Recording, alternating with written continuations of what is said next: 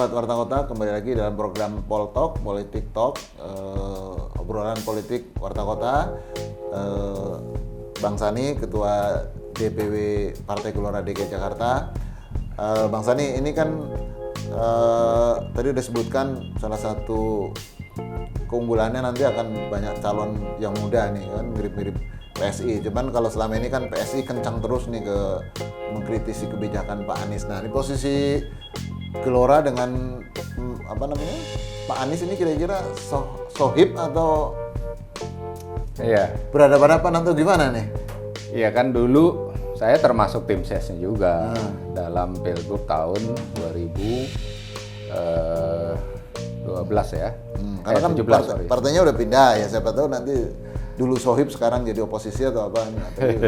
Kalau sekarang Partai Gelora tidak bisa mengambil koalisi atau oposisi, kan belum terdaftar jadi peserta pemilu. Tetapi secara pribadi saya dekat dengan beliau. Kemudian juga dalam prinsip partai, sepanjang beliau adalah gubernur resmi ya kita dukung.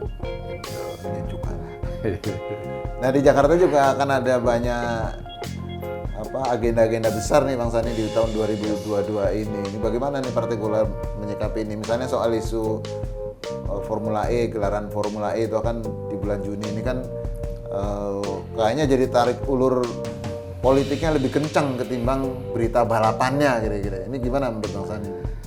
Iya, saya rasa sih itu udah masuk ke dalam wilayah politik ya. Kenapa? Karena kan di level nasional ini kan sirkuit Mandalika itu kan promosinya itu kan udah kemana-mana. Itu jadi kan salah satu di antara cara negara kita ini kan merecovery lah nama besarnya sebagai penyelenggara event-event semacam itu. Harusnya Formula E sebagai sebuah event semacam Mandalika gitu, itu juga diberikan kesempatan gitu loh. Toh kan ini juga mereka sudah sudah menetapkan bahwa Jakarta itu akan menjadi venue-nya. Apalagi kan ini ada E-nya gitu loh, ada elektriknya. Itu kan kampanye lingkungan hidup ya yang sangat efektif sebenarnya. Mobil-mobil listrik sekarang sudah mulai dijual. Stasiun pengisian listrik di mana-mana sudah semakin ada. Nah, dengan kampanye Formula E ini, kendaraan listrik bukan cuma sekedar buat transportasi, tetapi juga buat balapan juga bisa. Itu kan sebenarnya satu hal positif ya, yang mendatangkan citra baik ke negara kita juga pada akhirnya gitu loh. Jadi kita mendukung Formula E itu diselenggarakan di DKI Jakarta ya. Tahun 2002 di bulan Oktober, tepatnya tanggal 16 Oktober 2022 kan Pak Anies akan mengakhiri masa bakti yang pertamanya ya. Kalau yang keduanya kan kita nggak tahu. Nah, ini kira-kira menurut Bang Sani pasti nanti akan ada penjabat gubernur di sini. Kriterianya seperti apa? Meskipun itu kewenangannya ada di pemerintah pusat, tapi sebagai warga Jakarta dan sebagai pimpinan partai politik kan boleh bersuara dong. Supaya jangan jadi tarik ulur kepentingan politik juga nih penjabat gubernurnya. Ya, kalau soal politik dalam tanda petik ya, politik pemerintahan, kita melihatnya bahwa tahun 2023, 2024 memang itu tahun besar politik gitu loh. Pertama adalah ini pilpresnya kan juga nominasinya baru ya, calon-calonnya kan. Karena Pak Jokowi sudah 2 periode. Kemudian juga tahun kebangkitan nasional yang keluar dari pandemi, kita berharap seperti itu. Yang ketiga pilkada serentak selevel nasional ini. Di semua wilayah, semua daerah kan. Jadi bobot politik dari tahun 2023-2024 itu amat sangat tinggi. Nah, makanya kita melihat bahwa kepala daerah yang mau mimpin ibu kota, ditambah satu lagi adalah ibu kota pindah, ya kan? Ibu kota pindah itu tidak bisa lepas juga dari event politik dong. Itu makanya nih bobot politik dari kepala daerah pengganti atau penerus ya penjabat gubernur ini di DKI, saya kira itu harus punya bobot politik yang juga tinggi supaya bisa berkomunikasi politik dengan semua elemen organ, baik partai maupun juga masyarakat maupun juga stakeholder lah secara keseluruhan, membuat situasinya itu kondusif, situasinya itu adem gitu loh. Jangan pemerintahan juga ikut panas kan, pada saat yang lainnya partai politik tuh panas gitu loh. Ini kan harus dibuat kondusif kan, demi ini stabilitas kebangkitan ekonomi ini pasca pandemi gitu loh. Jadi figur yang nantinya akan menjadi penjabat gubernur sebaiknya punya bobot politik yang juga tinggi gitu loh. Ada beberapa figur yang sudah digadang-gadang ya akan masuk ke Jakarta seperti Pak mantan wali kota Jakarta Utara yang Pak Heru ya, Pak Heru sekarang di istana.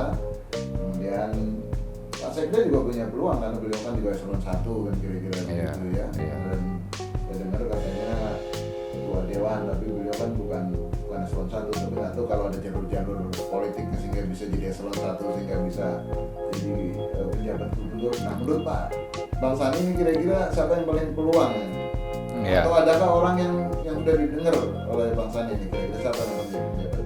Saya mendengar hal yang sama yang tadi diungkapkan itu juga. Ya kaliber mereka sih udah mumpuni, udah memadai lah gitu untuk menjadi calon pengganti Pak Anies gitu sebagai penjabat gubernur. Tetapi yang saya maksud di situ adalah nih orang-orang ini itu harus punya kemampuan komunikasi politik, kolaborasi politik sedemikian rupa hingga Jakarta sebagai pemerintahan daerah ini itu tidak mengalami eskalasi pemanasan ini, walaupun politik itu nanti panas gitu loh. Ini adalah orang yang bisa mengayomi, orang yang bisa tegas memutuskan aturan dan lain sebagainya sehingga stabil gitu loh dalam situasi kayak begini. Nah itu yang kita butuhkan gitu untuk menjadi pemimpin kita dalam masa transisi politik 2 tahun lebih ya bahkan gitu. 2,5 tahun sampai dilantiknya yang gubernur terpilih. Setengah masa jabatan kepala daerah yang resmi dipilih secara langsung itu. Bayangkan ini misalkan pemilu legislatif kan, itu kan nanti ada gugatannya, ada macam-macam kan, pilpres coba. Habis itu pilgub itu kan, kemudian juga walaupun pilkada di daerah-daerah yang lain itu gugatannya kan ke Mahkamah Konstitusi kan di DKI semuanya itu kan. Jadi ini potensi panasnya itu memang tinggi.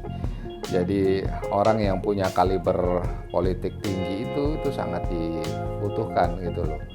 Ya di luar kemampuan teknokratis yang juga ini karena 2 tahun itu kan bukan masa sebentar gitu loh. Kalau cuma 2 bulan aja kan ya bisa lah gitu. Kalau jenderal yang akan ditugaskan untuk menjabat gubernur di Jakarta kira-kira menurut Bang Sani pas atau enggak? Atau lebih baik tetap orang sipil? Jenderal itu ada kan mungkin dari latar belakang polisi ataupun TNI kan kira-kira gitu. Kemudian setara dengan eselon 1. Kalau kita sih berpatokan pada undang-undang aja.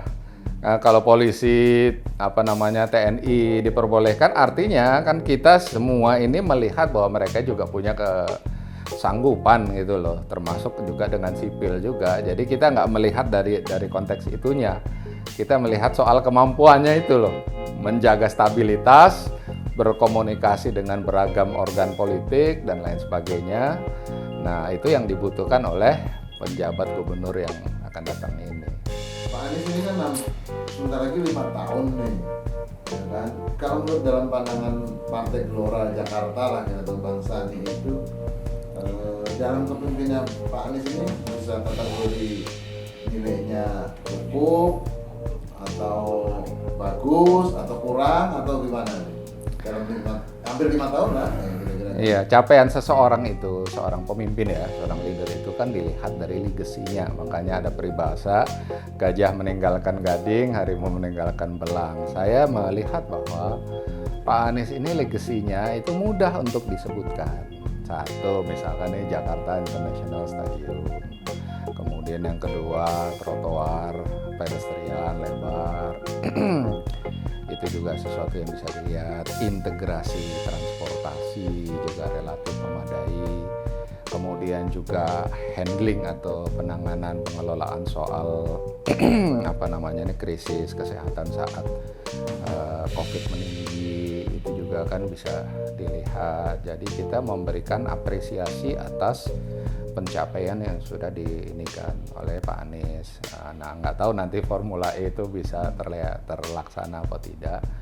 Jadi kita melihatnya kinerja dari seorang leader itu tampak dari legasinya. Gitu. Dengan legasi yang tadi sudah disebutkan oleh Bang Sani, kira-kira untuk posisi Pak Anies ini ke depannya apakah tetap memimpin Jakarta atau